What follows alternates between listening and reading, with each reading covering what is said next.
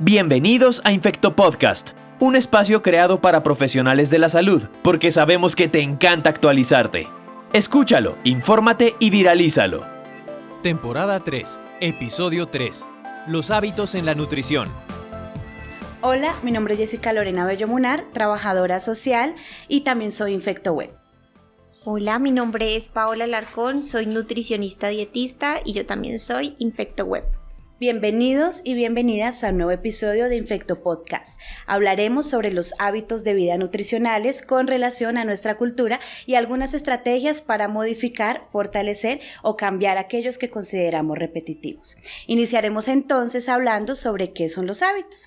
Los hábitos son conductas repetitivas que asumimos desde lo cotidiano y que pueden ayudar a promover, fortalecer o detener también nuestro proyecto de vida. A continuación daremos la palabra a la doctora Paola Alarcón para entrar en materia, quien nos ofrecerá alguna información y datos relevantes con relación a los hábitos nutricionales en nuestro país. Adelante, doctora. Bueno, me parece muy interesante iniciar haciendo esa aclaración de a qué se refiere el término hábitos, porque un hábito está inmerso en cualquier área de nuestra vida y puntualmente a nivel de nutrición quisiera contarles algunos datos que son reflejo de los hábitos que tenemos en Colombia.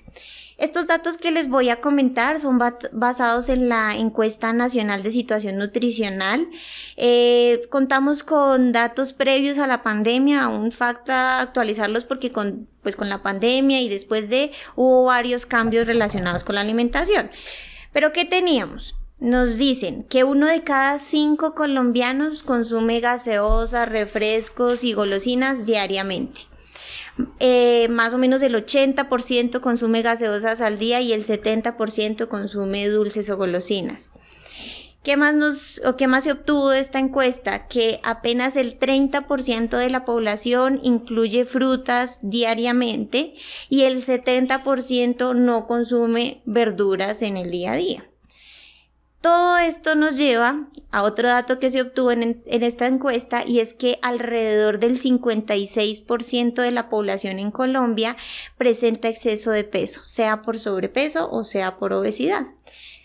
¿Qué podemos concluir de ahí? Que todos estos hábitos de ingesta de alimentos tienen un efecto en nuestra salud y la salud va muy ligada a la alimentación.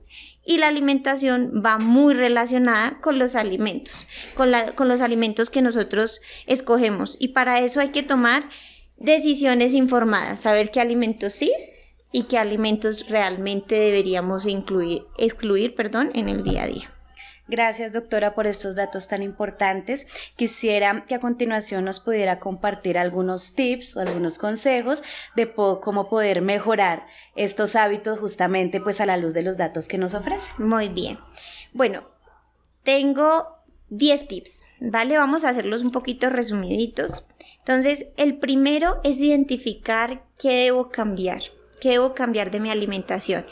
Y para eso debo hacer un análisis. Yo que recomiendo que hagamos un control de ingesta de 2 días entre semana. Cuando digo control de ingesta es anotar qué comí en todo el día, desde que me levanté hasta que ya me fui a dormir. Y no omitir detalles, hago referencia, no es lo mismo comerme un pan a comerme 3 panes al desayuno. Entonces, ser muy específicos de pronto también en la cantidad. ¿Qué más recomiendo? Hacer el control de ingesta, entonces, de 2 días entre semana y 1 de fin de semana, porque normalmente algunas personas cambian su alimentación entre semana, un fin de semana, y ahí que vamos a obtener cuáles son los hábitos que puedo modificar o realmente qué hábitos debo instaurar en mi alimentación. ¿Listo? Entonces, el primero es ese, un análisis de mi ingesta. El segundo, y es muy clave, es establecer horarios. No es lo mismo desayunar a las 8 de la mañana, el otro día a las 11, el otro día se me olvidó desayunar. No, establecer horarios de comida es muy importante porque uno nos ayuda a regular el metabolismo. Cuando yo omito tiempos de comida o dejo espacios muy largos entre comidas, el cuerpo dice, esta persona probablemente en algún momento va a dejar de comer y yo tengo que tener una reserva para reaccionar cuando llegue ese momento. Entonces el cuerpo empieza a almacenar y ahí es cuando la persona empieza a tener dificultades, por ejemplo, en la regulación del peso. ¿sí? Otra es que cuando no tenemos horarios de comida, ahí es cuando aparece la ansiedad o el picoteo. Entonces, como yo no desayuno, pues voy picando lo que me encuentro por ahí en la mañana. O cuando llega el almuerzo, entonces ya no me como la porción que es, sino me como el doble porque ya tengo más hambre. Entonces, establecer horarios de comida es muy importante. Tercer tip, y vamos a ir hablando un poco de alimentos, es aumentar la ingesta de frutas y verduras. Es una recomendación muy cliché, porque probablemente siempre hemos escuchado lo mismo, pero lo que quiero de pronto que me entiendan es la razón y qué cantidad nos recomiendan. Entonces, la recomendación es 5 porciones al día, que las podemos distribuir en 3 porciones de fruta y 2 de verdura. La fruta la podemos incluir, por ejemplo, en el desayuno, y las otras 2 porciones las podríamos distribuir como snacks, entre el desayuno y el almuerzo, y entre el almuerzo y la cena. Las porciones de verdura nos dice que son 2. Hay muchas personas que en la noche, por ejemplo, comen algo ligero. Podríamos decir que podemos distribuir esa porción, una en el almuerzo y la otra en la cena. Pero si yo ceno algo ligero, usualmente no me voy a comer una ensalada ni me voy a comer una verdura salteada. Entonces la recomendación es aumenta tu porción de verdura por lo menos en el almuerzo para alcanzar a cubrir con esa recomendación. ¿Por qué? Las frutas y las verduras son la principal fuente de micronutrientes. Los micronutrientes tienen muchas funciones, interactúan o están en muchos procesos que son importantes para el cuerpo, y adicionalmente pues realmente es lo que nos alimenta. ¿Listo? Frutas y verduras tienen un muy buen aporte de fibra, y eso me lleva a la cuarta recomendación, y es que es muy importante aumentar la ingesta de fibra en la dieta. No está solo en frutas y verduras, también se encuentran las leguminosas, que son lo que conocemos normalmente como los granos, frijol, garbanzo, lentejas, en los frutos secos y por ejemplo en la avena. Esa fibra tiene muchos beneficios. 1, nos ayuda a regular y estabilizar los niveles de colesterol en sangre. 2, nos ayuda a mejorar el tránsito intestinal. Si yo tengo una buena digestión, yo también me siento más liviano, me siento más cómodo. 3, ayuda a estabilizar los niveles de azúcar, porque la fibra hace que el alimento se digiera un poco más lento, ¿sí? Y la liberación de glucosa que tiene todo lo que comemos se va a liberar de a poco en sangre. Y 4, y muy importante, como el alimento se digiere más lento porque tiene más fibra, eso ayuda a controlar la ansiedad. Entonces, ahí van varios beneficios. 5, y este es clave, reducir la ingesta de azúcar. Cuando hablo de azúcar me refiero a azúcar blanca, azúcar morena, miel o panela. Hay que evitar tanto adicionarla, ejemplo, que yo en el desayuno me preparé un cafecito, entonces le adicioné la cucharadita de azúcar. ¿Cómo comprar productos que ya tengan azúcar adicionada? Ejemplo, el chocolate de pasta, que uno coge la pastillita, la desata en la leche y ya quedó dulcecito. Yo no le agregué azúcar, pero ya tenía, ¿sí? Entonces, ese tipo, digamos que de productos también hay que limitarlos.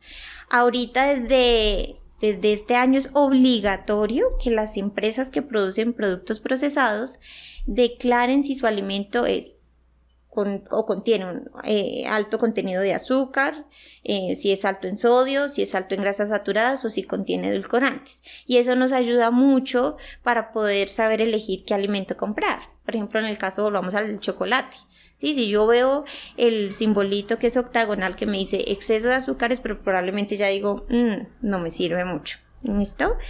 6º tip, reducir la ingesta de grasas saturadas. Normalmente pensamos que grasas saturadas es solo el chicharrón o fritar algún alimento o recalentar el aceite que utilizamos para cocinar, y realmente no, hay muchos alimentos que son fuente de grasas saturadas que están inmersos en nuestra alimentación, como por ejemplo los lácteos. Entonces, digamos que lo no tan bueno de la leche es que tiene un porcentaje y un tipo de grasa no tan bueno, son grasas saturadas. Entonces, la leche entera, la mantequilla, el queso crema, son productos que son altos en grasas saturadas, los embutidos. Entonces, digamos que eso también lo podemos ir identificando si consumimos alguno de esos alimentos en nuestra dieta, pues precisamente para ir realizando algunas modificaciones. 7º tip, reducir la ingesta de ultraprocesados. Entonces, cuando hablo de ultraprocesados, ¿a qué hago referencia? Por ejemplo, esos jugos de caja que no son jugos de caja, que si de pronto nosotros nos detenemos un poco más a leer, ahí dice que solo contiene el 1% de fruta, de resto es agua con colorante y azúcar. todos los productos de paquete, papas, Cheetos, las galletas con crema, a eso hago referencia a ultraprocesados, que claramente tenemos que ir reduciendo su ingesta. Octavo tip, reducir la ingesta de sodio. Entonces, aquí hay varias cositas. Uno, y digamos que lo principal es, cuando ya tengamos la comidita servida, evitemos utilizar la sal de mesa, o sea, el salerito y agregue sal. Pues hay algunos alimentos, por ejemplo un huevito, el aguacate con sal, pues bueno, pero entonces que a todo, que al arroz echémosle más sal, a la proteína echémosle más sal, ese tipo digamos que de hábito es uno de los que se puede modificar.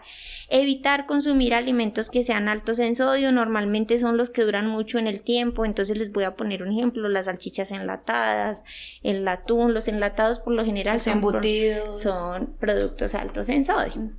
Y eso va muy ligado nuevamente a los rotulitos octagonales que ahora vemos en la portadita como del producto. Ahí nos va a informar si ese producto también es alto en sodio. ¿Listo? Noveno tip, y es muy importante, es el tema de la actividad física. La Organización Mundial de la Salud nos dice que debemos realizar 150 minutos de actividad física a la semana, lo que es alrededor de media hora de actividad física al día. ¿Qué datos tenemos a nivel Colombia? Que apenas cerca de la mitad de la población llega a cumplir, digamos que con esta recomendación. O sea, realmente somos sedentarios y eso también tiene, digamos que impactos negativos en la salud. Y el último tip, que no hay que subestimarlo, es el sueño. La Academia Americana de Medicina del Sueño nos dice que una persona debe descansar más de 7 horas preferiblemente, ¿listo? Para tener realmente un sueño reparador. Doctora, muchas gracias por estos tips. Nos surge aquí entonces un reto fundamental del cómo empezar a incorporar cada uno de estos tips y de estos consejos a nuestra vida. Para ello queremos ofrecer 3 aspectos fundamentales y el primero de ello tiene que ver con cualquier proceso cuando iniciamos y es el carácter de la voluntariedad, ¿no? Cuando hablamos de hábitos tenemos que tener en cuenta que no solamente hacemos referencia a aquellos que debemos modificar o desarrollar, sino aquellos sobre los cuales debemos generar conciencia, que no son tan buenos y que nos están sumando más bien aspectos negativos a nuestra vida. Si tenemos voluntariedad, vamos a generar conciencia sobre la importancia del cambio. Lo segundo es importantísimo también definir el cómo, y el cómo hace referencia a trazar el camino. Usted nos hablaba de esas pequeñas metas, de esos cambios, de esas modificaciones, de disminuir la ingesta de azúcar por horas, por tiempos, por alimentos, por días, y ese camino realmente es lo que nos va a permitir empezar a desarrollar hábitos. Decimos que un hábito se convierte en hábito justamente después de 21 días de lograr esa repetición, ¿no? Ya después de 21 días lo podemos asumir de una forma natural y de una forma incorporada también a nuestra cotidianidad. Y el tercer de ellos, sin decir que sea el menos importante, es la frecuencia. Solamente la repetición de una conducta que desarrollemos, que eliminemos o que busquemos fortalecer es lo que nos va a permitir incorporar y generar conciencia sobre eso que es la cotidianidad y sobre la importancia del cuidado propio para que también pueda empezar a mejorar nuestro entorno. Yo quisiera que nos contaras de pronto qué factores pueden dificultar el desarrollo de un hábito, que de pronto puede ser la piedrita en el camino. Ok, nos movemos como seres humanos en dinámicas bastante agitadas. Creo que si hacemos conciencia de nuestras rutinas desde el momento en el que nos suena la alarma hasta el momento en el que llegamos nuevamente a nuestra casa, nuestra dinámica es de un correr constante, ¿no? Correr a contrarreloj con el transporte, correr a contrarreloj con el horario laboral, correr a contrarreloj con la atención del paciente, correr a contrarreloj para llegar oportunamente a casa, cumplir con los pendientes que tengamos allí. Y lo primero que debemos empezar a trabajar es que cualquier conducta que implique una modificación, un cambio o una eliminación le va a generar incomodidad a nuestro cerebro. Nuestro cerebro está tan habituado a lo normal y a lo cotidiano que cuando hablamos de cambio se va a generar una resistencia. Entonces, para trabajar en la resistencia, lo primero es empezar a eliminar los autoengaños. Y nuestra cultura colombiana es muy de autoengaños, de generarnos falsas imágenes o falsas versiones de la realidad para disminuir la importancia de cambiar algo. Lo segundo también es importantísimo importantísimo trabajar sobre las justificaciones. El yo soy así, siempre me he alimentado así, mis tiempos de sueño están bien, aunque sean 2 o 3 horas, mi historia familiar tiene que ver con que las frutas y las verduras nunca han estado en nuestra alimentación y nadie sufre nada y nuestra salud es perfecta. La justificación limita mucho esa posibilidad de cambio. Y lo último es no asumir las propias responsabilidades, y creo que también tener conciencia sobre la posibilidad de cambio en manos propias nos va a ayudar a eliminar esa tendencia a culpar al otro. Es que es mi jefe, es que es el transporte, es que son los tiempos, es que es la dinámica de la ciudad, es que es mi acceso a salud, es que no tengo el recurso, sino simplemente desde lo propio empezar a identificar cómo podemos generar esas posibilidades de cambio también. Bueno, y acá surge otra pregunta, y es ¿cómo podemos hacer para que ese hábito no sea algo temporal, sino que realmente perdure en nuestra vida? ¿Qué de pronto podríamos tener en cuenta ahí? Voy a tomar uno de los tips que usted nos mencionaba con relación, por ejemplo, a la importancia de la actividad física. Importante para que esos hábitos sean realistas, fijarnos metas que se ajusten a nuestras condiciones propias. Si quiero empezar a fijarme, por ejemplo, un hábito con relación a una buena conducta o a un buen desarrollo de actividad física, no voy a proponerme realizar ejercicio todos los días de la semana. Total. Puedo empezar a alternar un día, caminar, otro día trotar, descanso 2 días, retomo al tercero, es decir, yo misma conozco, cada quien conoce su propia condición física y basados en esa condición y en comorbilidades propias o en condiciones propias podemos también pues empezar a generar eso. Importantísimo siempre que tengamos orientación, porque algo es lo que yo asuma, pero si tenemos la posibilidad de orientarnos profesionalmente, también ajustamos eso a las dinámicas propias y empezarnos a fijarnos metas cortas, pero que sean sostenibles. Una meta corta no quiere decir que esta semana mi ingesta de azúcar iba a ser 2 días y como ya la cumplí puedo retomar normal como venía, sino que esas metas cortas sean prolongables y sostenibles en el tiempo también. Doctora, ya habiendo abordado estos tips y estas estrategias, para finalizar quisiéramos que por favor nos comparta cómo ha visto usted este tema de los hábitos, la orientación y las transformaciones, particularmente en algún paciente. Quisiera que nos compartiera si tiene brevemente alguna historia que le haya permitido a ustedes de su ejercicio profesional identificar qué cambios se han generado desde esa orientación y la voluntariedad en los hábitos. Perfecto. Bueno, normalmente las personas que asisten a una consulta de nutrición es porque ya están en riesgo a presentar alguna patología, complicación o ya la tienen, ¿sí?